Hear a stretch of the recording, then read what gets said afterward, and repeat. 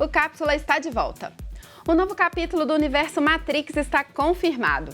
A notícia foi dada por um diretor do grupo Warner Bros. Pictures em entrevista à revista Variety, especializada em cinema.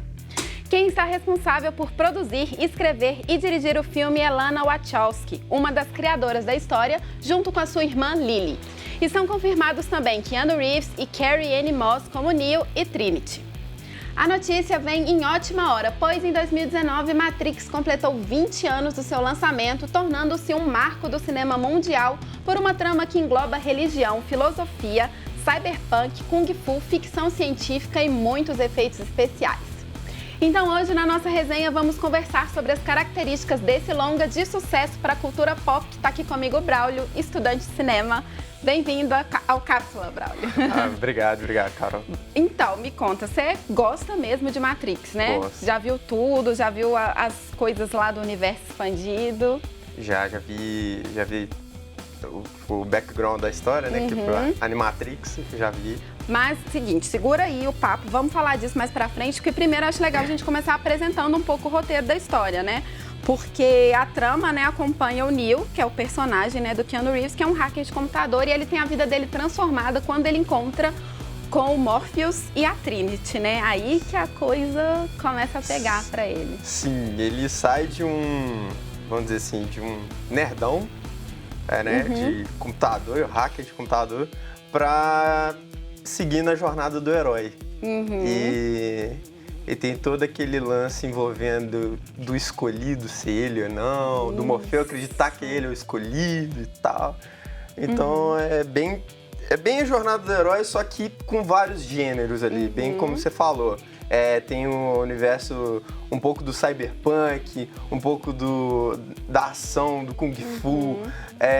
Então é um mix de coisas. Várias ideias que as irmãs colocaram ali. E além da direção também. Né? Porque só pra ir seguindo assim na história, o problema todo tá porque apresentam, né, no filme que as pessoas acham que estão vivendo uma vida normal, mas na verdade elas estão sendo manipuladas por um sistema, a famosa Matrix. E aí que eu acho que é um dos pontos muito marcantes do filme, que entra essa questão meio de filosofia, de existência, do tipo, será que eu tô vivendo é verdade ou não? E aí a gente acha legal da gente falar do momento clássico, né, do filme, que é o momento que o Neo tem que escolher se ele quer saber a verdade ou não. Qual pílula você escolheria naquele momento? Eu não sei, porque é o seguinte... Eu não sei o que é realidade. Ele traz a realidade como sendo a realidade dos robôs, né? O planeta dominado pelos robôs. Só que o que eles criam ali é tipo meio que um simulacro, assim. Você não tem ideia muito da realidade e você tem que escolher entre virar uma bateria pros robôs. Sim. Ou então viver naquele... ou deixar... viver de boa, entre aspas, né? Mas sabendo que você ainda tá dando energia pros robôs. Então é uma coisa meio doida, assim. Sei lá. É uma coisa meio sonho. Engraçado, assim, eu nunca tinha parado pra pensar nisso, mas você falando, porque sempre quando eu pensava, eu falava, lógico que eu vou escolher a pílula vermelha, porque eu preciso saber a verdade, eu não ia dar conta. Mas por um lado, é fácil a gente pensar, vivendo uma coisa mais tranquila, né? Mas eu acho que eu escolheria ainda a vermelha, porque eu sou muito curiosa. Eu também. Já mudou de ideia, não, né? Mas eu acho que eu escolheria vermelho, porque eu ia querer conhecer um pouco da outra história também que a gente vê. E aí, logo de cara, a gente vê, assim, uma das cenas, assim, muito marcantes é a questão da Trinity, de uma luta que ela tem com os agentes, assim, meio humanoides, assim, você já vê logo de cara do que se trata o filme, assim, a gente vê que ali não é um ser humano, não é, tipo, algo, assim, comum, né, sei lá se eu posso falar isso. E aí é uma das cenas muito marcantes também que a gente entra nessa questão das lutas, assim, porque Matrix é uma ideia original, mas a gente percebe influências muito explícitas que vão aparecendo ao longo do filme. E a questão das lutas é um ponto muito marcante, assim, no longa. É demais, por exemplo, quando eles estão treinando, eles treinam as lutas Kung Fu, são lutas mais voltadas mais pro Oriente, né, querendo ou não, né.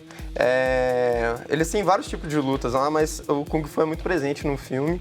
E tem essa questão de coreografia, né, que as irmãs pegaram um cara que é o... Isso, trouxeram um diretor chinês. E esse diretor, ele foi chamado, né, pra fazer Kill Bill. Futuramente tem aquele outro filme, O Tigre e o Dragão, que tem umas lutas, assim, bem diferentes, mas acho que a galera já entendeu como que funciona o trabalho dele, assim. Sim. E eu acho que se você pegar também alguns filmes lá por exemplo, da Coreia do Sul, você viu o Old Boy, tem uma cena que é em plano aberto, que é pura coreografia de Kung Fu, assim, e é muito bonito. Fica pra nós, é bem mais bonito que aqueles cortes, porque você vê que é uma dança, né? O Kung Fu é uma arte marcial que é uma arte, né? É bem que se chama uma arte marcial. Então você vê aquela coreografia, é bonito, Sim. é belo. Você né? vê aquela cena da Trinity, né, saltando no ar, Sim. quase flutuando, aí a cena tipo, para e aí tem aquele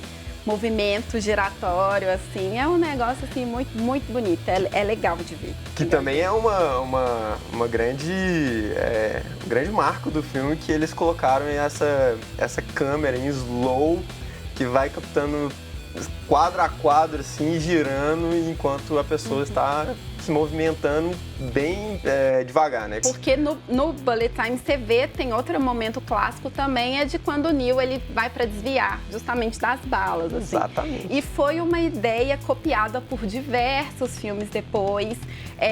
A galera, a gente até brinca que virou tipo assim, vou fazer um Matrix aqui, né, no momento. Foram muitas câmeras para fazer esse movimento do Bullet Time do Neo desvenar as balas. Foram muitas câmeras, assim, cada uma do lado da outra. Isso foi interessante e ficou muito bonito. Ficou muito bom. E falando em influências de X-Men também, a gente não pode deixar de falar que essa roupa, essa coisa da roupa preta e tal, influenciou até a próxima, né, leva de filmes de X-Men, que foram dirigidos pelo Bryan Singer em 2000, eu acho, se não me engano, isso mesmo. Que são influências também diretamente de Matrix. Então, o visual do filme também, a estética, assim, essa coisa mais sombria, assim, também foi algo que foi influenciando, assim, outras histórias. Tem um filme do Steven Spielberg, se eu não me engano, que usou um pouco dessa coisa mais obscura na história. Enfim, são muitas referências. Eu vim aqui todo de verde, que é um pouco da paleta de cor do A gente tinha que ter coisa. vindo de óculos, né? Qualquer coisa, Qualquer de óculos escuro.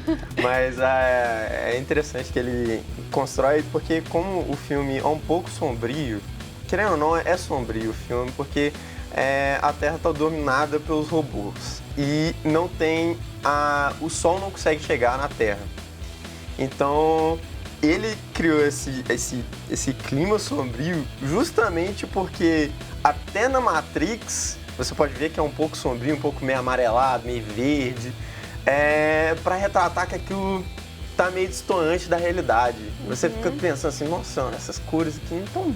Tá meio esquisito, então quer dizer que realmente não é a realidade. Então, você vê isso nas cores também, né? E eu acho isso fantástico, assim, mexer com as cores, né? Além das cores, é um filme muito, muito bem feito. Assim, e aí, só pra gente pontuar, que eu acho legal da gente trazer de outras referências, que a gente falou, né? Que tem da filosofia, tem coisa do cyberpunk ali e tudo mais, que tem o anime, o Akira e o Ghost in the Shell, que são influências, assim, muito marcantes. E aí a gente tem o Keanu Reeves, que foi a escolha de protagonista, que eu tava lendo que a ideia inicial era o Brad Pitt, se eu não me engano. Aí as irmãs Wachowski, na época, queriam Johnny Depp, depois foram pro Will Smith, mas parece que ele não teve uma identificação com o roteiro e todos chegaram a um consenso no nome do Keanu Reeves. Que hoje eu não imagino outra pessoa para não interpretar o Neo, o escolhido, né? O salvador, assim. Também, e é engraçado que depois desse filme do Keanu Reeves, que ele já tinha feito alguns filmes que são muito bacanas, inclusive tem um filme que é ele viajando no tempo com rock and roll, eu não esqueci o nome desse filme, eu também não vou saber da história certinho, porque tem muito tempo que eu assisti. Mas depois desse filme, parece que o Keanu Reeves abordou essa atuação aí durante um bom tempo dos personagens dele, que você consegue ver um pouco de Neo ali nos outros personagens, muito engraçado isso. Muito bom, eu gosto muito dele como ator. Vamos falar então do universo expandido de Matrix, porque além do filme original, tiveram duas sequências, Matrix Reloaded e Matrix Revolutions.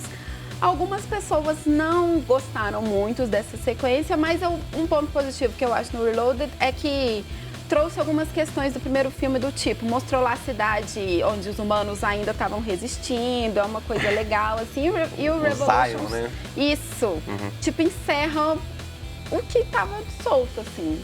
Teoricamente é o fim, né, da história, assim, como um todo. Acho que a crítica pega muito pesado nos dois filmes, porque... nas duas últimas sequências, né?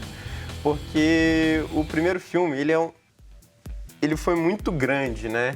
E foi a jornada do herói que você não sabia o que ia suceder depois. Mas eles criaram mais dois filmes para poder, tipo, encerrar, falar, não, vamos chegar em paz. Isso é uma coisa boa e uma coisa ruim. A coisa ruim é que as pessoas, acho que elas não precisam... O telespectador já entende que a jornada do herói vai ter um final de meio redenção, redenção, assim, romantizada e tá. A outra é que, tipo, pra você fazer esse filme, sendo que a gente não tinha muita ideia do que era esse universo expandido, foi bom pra gente entender como é que era o universo inteiro, né? Como que foi abordado pra chegar lá e tal. Então, por exemplo, o primeiro filme, ele encerra um capítulo do Neo. Beleza, encerrou ali. A gente não vai saber o que vai acontecer com ele depois.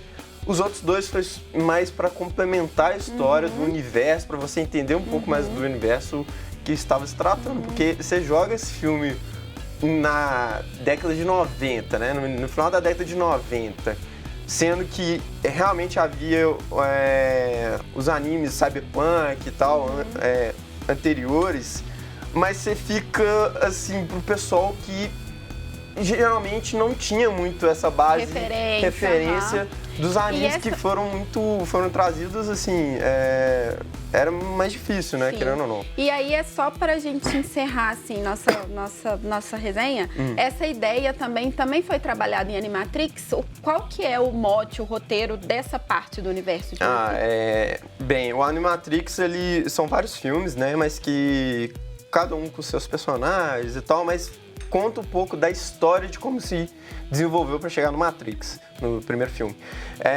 Então, por exemplo, tem a sociedade que cria os robôs, e os robôs são tratados como escravos, né, pela sociedade, fazendo os trabalhos braçais. E aí, eu acho que acontece alguma coisa, não sei se um robô mata uma pessoa, que começa uma confusão. Essa confusão separa e cria sociedade humana e sociedade dos robôs. Os robôs, como são mais evoluídos, falando assim, eles são mais evoluídos no contexto. Questão de serem perfeitos, né, fazerem as coisas perfeitas, eles conseguem se evoluir mais rápido que os seres humanos. Aí eles criam uma paz, né, entre eles, só que aí já tem a guerra econômica. Coisa que os robôs, eles são bem mais rápidos para produzir alguns produtos do que os humanos, que tem que comprar deles, e aí os seres humanos entram em falência, que gera outra guerra, que aí os humanos criam uma bomba, que ela explode a Terra, deixa a Terra em fumaças, para a energia do Sol, que os robôs alimentavam da energia do Sol, não conseguirem. Os robôs vão lá, entram em guerra com os seres humanos e pegam os seres humanos para... Eles vencem essa guerra, tem várias guerras, eles vencem no final e pegam os humanos para terem energia. Como que eles fazem isso? Pegando a energia vital dos seres humanos e transformando em energia para eles. Entendi. E aí segue o coisa da história. Interessante, né? É muito legal pensar que como uma produção aí, naquela época se desenrolou e desenvolveu em várias. E o engraçado do Matrix é que pode ser que é possível, assim, né? A gente não sabe. Então, quem sabe pode ser até uma deixa para o quarto filme, né? Vamos ver se ela vai trabalhar alguma coisa assim, nesse sentido. Braulio, muito obrigada por você ter vindo. Valeu, seja bem-vindo para virem outras resenhas aqui também, tá bom? Muito obrigado você, muito obrigado pro pessoal aí da TV Horizonte por ter me convidado e ao programa Cápsula. Valeu, obrigada. E o Cápsula de hoje termina aqui. Se você quiser rever esta ou outras edições, é só acessar o nosso canal no YouTube. Tem também o nosso Instagram, segue a gente lá e até semana que vem. Tchau, tchau!